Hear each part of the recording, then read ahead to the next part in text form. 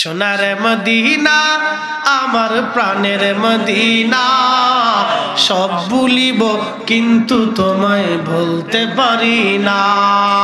সোনার মদিনা আমার প্রাণের মদিনা, সব ভুলিব কিন্তু তোমায় ভুলতে পারি। এ মুসলমান, গভীর মনোযোগ দিয়ে শুনিয়া যান।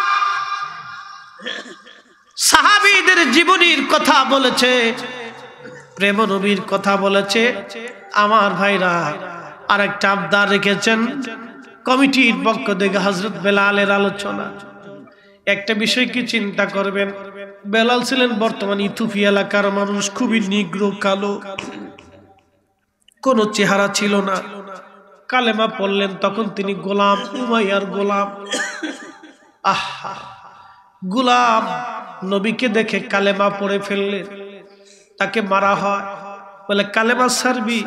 বলে না, জীবন দিবি?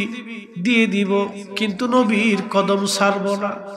আচ্ছা আপনারা বলেন, বেলাল কি কালেমা পড়ছিল কোরআন দেখে না নবী দেখে? নবী দেখে।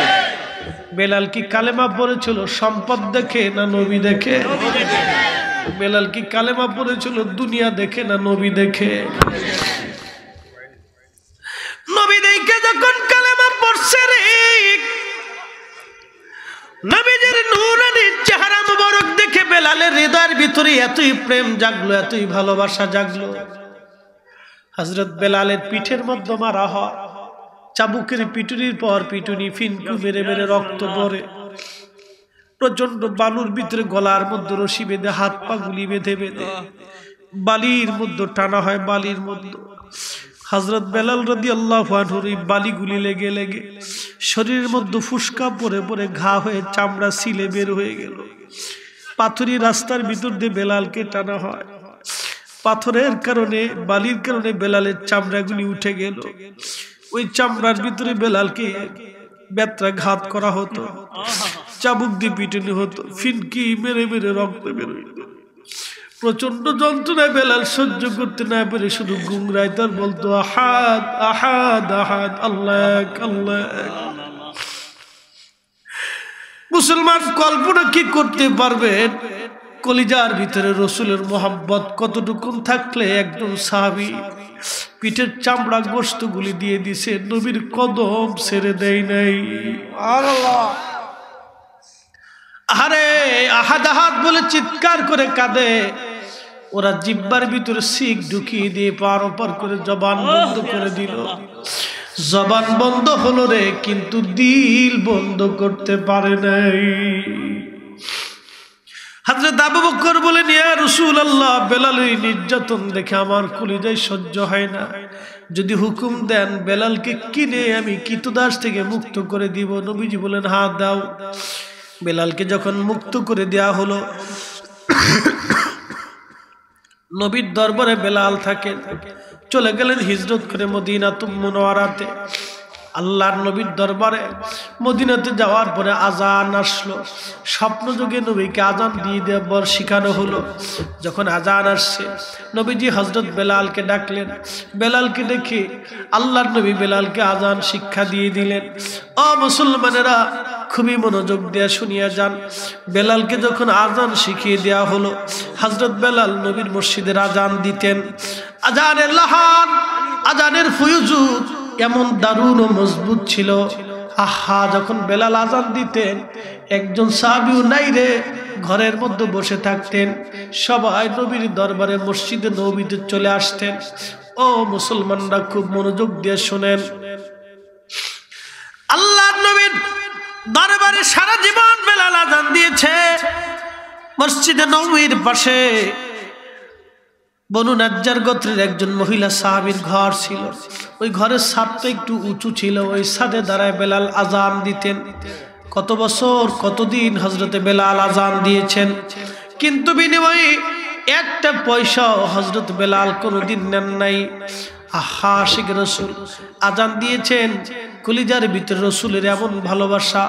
একজন নিগ্র কালো একজন মানুষ, দুনিয়াবি কোনো লেখাপড়া তার ছিল না, কি বংশের পরিচয় তার ছিল না, সম্পদের পরিচয় তার ছিল না, আল্লাহ কোটি কোটি টাকার মালিক তিনি ছিলেন না, বিরাট বিরাট বিশ্ববিদ্যালয় থেকে তিনি বিরাট বিরাট ডক্টর ডিগ্রি কোনোদিন আনেন নাই, কিন্তু নবীর দরবারে একজন মুয়াজ্জিন হলেন রানিং ইমাম, আমার নবী রানিং মুসল্লি সাহাবায়ে কেরাম।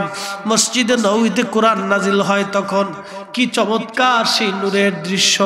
সেই সময়কার মুয়াজ্জিন হযরতে বেলাল, আল্লাহর নবী তার চেহারা দেখেন নাই, আল্লাহর নবী তার বংশ দেখেন নাই, আল্লাহর নবী তার লেখাপড়ার সার্টিফিকেট দেখেন নাই, আল্লাহর নবী তার সহি শুদ্ধতা দেখেন নাই, আল্লাহর নবী তার সম্পদ দেখেন নাই। আল্লাহর নবী একটাই দেখেছে, বেলাল আমাকে ভালোবাসে, ওর কলিজা ভরা নবীর মোহাব্বত। আল্লাহর নবী তাকে নবীর মসজিদের মুয়াজ্জিন বানায় দিলেন। একবার আওয়াজ তুলে বলা যাবে কি মারহাবা। এর অর্থই হলো নবীর দরবারে উম্মতের সার্টিফিকেটের কোনো দাম নাই, চেহারার কোনো দাম নাই, বংশের কোনো দাম নাই, ওই যে সম্পদের কোনো মূল্য নাই। নবীর দরবারে একটাই দাম, কে নবীকে ভালোবাসে, কে নবীকে ভালোবাসে। সে দিন মজুর হতে পারে, সে রিক্সাওয়ালা হতে পারে, সে শ্রমিক হতে পারে, সে মাঝি হতে পারে, সে জেলে হতে পারে, সে কামার হতে পারে, সে কোমর হতে পারে, সে আপনার দর্জি হতে পারে, সে সাধারণ কোনো ছোট্ট ব্যবসায়িক হতে পারে, সে শিক্ষিত হতে পারে, সে অশিক্ষিত হতে পারে, সে যে কোনো বংশের হতে পারে, সে ল্যাংড়া কানা বোবা হতে পারে। নবীর হৃদয়ে নবীর মোহাব্বত যার যতটুকুন, ঈমান আছে ততটুকুন, নবীর ভালোবাসা নাই, ঈমান নাই। এই জন্য নবীর ভালোবাসা যেখানে, আমরা সুন্নিরা আসি বাবা সেখানে। নবীর তাজিম নেই যেখানে, আমরা সুন্নিরা বাবা নাই সেখানে। আওয়াজ তুলে বলেন ঠিক না বেঠে। হযরত বেলাল রাদিয়াল্লাহু আনহু ইশকে রাসূলের তাড়নায় জীবনটা পার করে দিলেন। যদি কোনোদিন মদিনাতে যান, যাওয়ার পরে দেখবেন বর্তমান রওজা শরীফ আমাদের হিসেবের পূর্ব কোণাতে, পূর্ব দিকে আপনারা দেখবেন সুন্দর একটা টিভি দেখা যায়, একটা ওই যে আপনার কি বলে আপনাদের দেশে উঠান আছে, উঠানের মতো একটু উঁচু ঘিরে রেখেছে সৌদ সরকার। এখানেই আহলে সুফফা সাহাবীরা থাকতেন। এখানে একটা গাছ ছিল, এই গাছের নিচে সাহাবায়ে কেরাম ঘুমাইতেন। এখানেই ছিল বেলালের ঘর, এখানেই ছিল বেলালের বাড়ি, এখানেই ঘুমাইতেন। এখান থেকে বেলাল আজান দিতেন। নবীর বাড়ি আসলে খাইতেন, না আসলে না খেয়ে থাকতেন। তারপরও নবীর দরজা থেকে কোনোদিন চলে যান নাই। কিন্তু আল্লাহর নবী ইন্তেকাল হয়ে গেল। সব সাহাবীরা বিমর্ষ, খুব চিন্তিত, কান্নাকাটি সারা মদিনার ভিতরে।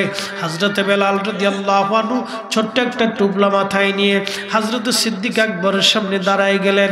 হুজুর আপনি বিদায় দেন, আমি আর মদিনার মধ্যে থাকবো না। আবু বকর ডাক ডাকে, বেলাল রে কেন গো মদিনার মধ্যে থাকবে না? বলে হুজুর আমি মদিনা ছেড়ে চলে যাব, মদিনায় আমার আর সহ্য হয় না। কেন রে, তোকে কেউ গালমন্দ করেছে? তোর কিসের অভাব? যদি বলিস বাইতুল মাল থেকে টাকা বেতন ধার্য করে দিব। বেলাল কেঁদে বলে, আবু বকর আমার যে অভাব আছে তুমি কি পুরা করে দিতে পারবা? বলো বেলাল তোমার কিসের অভাব? বলে হুজুর আমি আজান দিলে নবী নামাজ আসতো, আজানটা দেওয়ার পরে নবীকে মসজিদে দেখে কলিজা ঠান্ডা করতাম। আমি বেলাল আজকে আজান দিই কিন্তু নবী নাই। আবু বকর রে তুমি কি আমার নবীরে এনে দিতে পারবা? আবু বকর ডাক ডাকে, বেলাল রে তুই কি নবীরে ভালোবাসিস? আমি আবু বকর কি নবীরে ভালোবাসি না। বলে হুজুর আপনিও নবীকে ভালোবাসেন, আমিও ভালোবাসি। আপনি নবীজির রওজা শরীফ দেখলে সহ্য করতে পারেন, আমি বেলাল নবীজির রওজা দেখলে সহ্য করতে পারি না, আমার কলিজাগুলি ফাটিয়া যায়। আবু বকর বিদায় দাও, আর মদিনায় থাকবো না, সিরিয়ায় চলে যাব। নবীরে পাগল সিরিয়ায় চলে গেলেন। কিছুদিন পরে নবীজি স্বপ্ন দেখা, বেলাল রে বেলাল কেমন জুলুম তুমি আমার সাথে শুরু করছো। বেলাল রে আয় আয়, কতদিন হলো তোমার কণ্ঠের আজান শুনি না। বেলাল রে আয় মোরা আজান শুনে যা। বেলাল রে তোর কি মন চাই না আমি নবীর জিয়ারতে আসতে? বেলালের মতো আশিক যদি আমরা হইতাম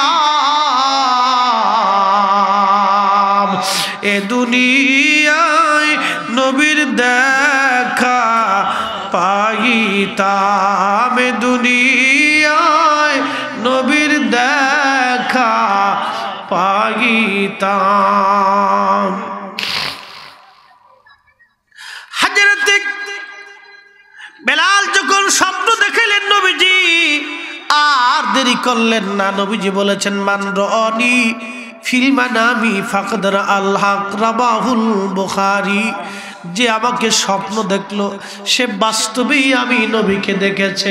আমি নবী আসছি, ছবি আসি নাই। আমি নবী আসছি, ছবি আসি নাই।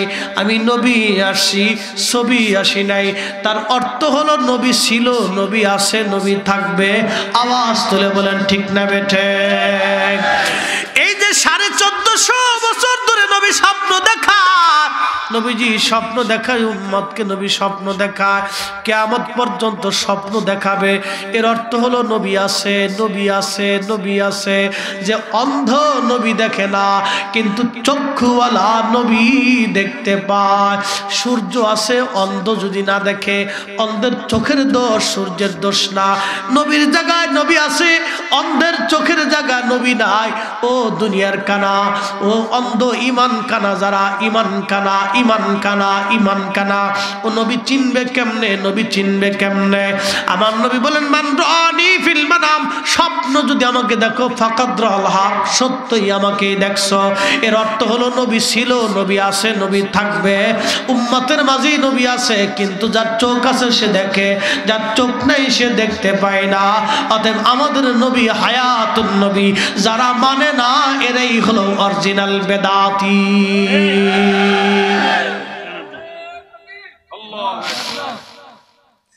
বেদাতি কি চিনে যান? আমরা মিলাদুন নবী করি, আমরা বেদাতি না।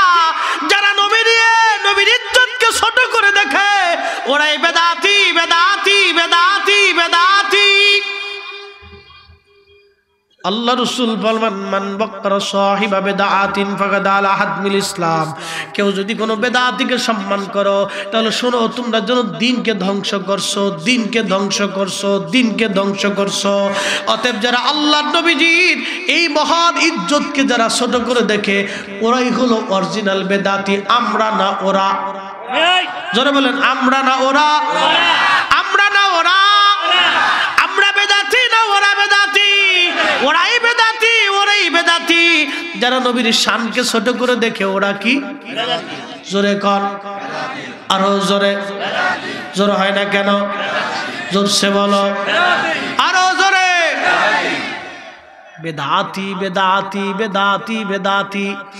আল্লাহ রাসূল বলছেন মান বাক্কারা সাহিবা বিদআতিন ফাকাদ আলা হাদমিল ইসলাম। কেউ যদি বেদাতিকে তাজিম করো, সম্মান করো, সে দ্বীনকে ধ্বংস করছো। এবার বেশি বেশি করে চা খাওয়ান গে, কি কথা কন না কে? দাওয়াত করে আইনে ভালো করে খাওয়ান, বেশি বেশি খাওয়ান, বেশি বেশি খাওয়ান, বেশি বেশি খাওয়ান। আর যাইয়া ভালো করে সুমা মারেন, মারেন জান, আমরা খাই দিই, মারেন গে। আহা, কেমনে বুঝাইতাম ভাই? চিন্তা করতে পারছেন 1450 বছর ধরে রাসূল উম্মতকে স্বপ্ন দেখাইতেছে। এখনো রাসূল উম্মতের ঘরে আসে, উম্মতের সাথে দেখা করে, উম্মতকে ধন্য বানায় দিয়ে যায়।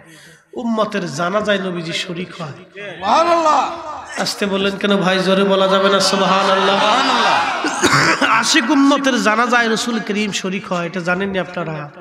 ওলি আল্লাহদের ইন্তেকালের পরে আল্লাহর হাবিব রুহানি সুরতে এসে উম্মতের জানাজায় শরীক হয়ে উম্মতের জানাজাকে মকবুল করে। রাসূল করিম একা আসেন না, আল্লাহর হাবিব একা আসেন না, অনেক সাহাবায়ে কেরাম নিয়ে, আউলিয়া কেরাম নিয়ে আসেন। সুবহানাল্লাহ। আসতে কইলেন কে? জোরে কর। এই জন্য আমরা যারা আউলিয়া কেরামের জানাজায় যাই, আমরার জন্য বুলন্দ নসিব। কি কথা ঠিক না? শুভ নসিব। এই জন্য আমরা মাজারে বেশি বেশি যাই। ওরা আমরা রে কই পূজারি, আমরা বলে পূজা করতে যাই। ওরে সুরা, হ্যাঁ আমরা পূজা করতে যাই। বুঝাইতাম কেমনে বলেন? ইমাম আজম আবু হানিফার ইন্তেকালের পরে ওনার জানাজা দেখে 90,000 খ্রিস্টান মুসলমান হয়ে গেছে, খালি জানাজা দেখে। তো কি রুহের শক্তি ছিল, আল্লাহু আকবার। আর কি কলিজার ভিতরে যে ইন্তেকালের পরেও কালমা পড়ে এলিস। কে সুবহানাল্লাহ কি বাড়ি যা কবে। আমাদের মাযহাবের ইমাম, আর ওরা কে আমরা মাযহাব মানি না, মাযহাব মানে শিরক।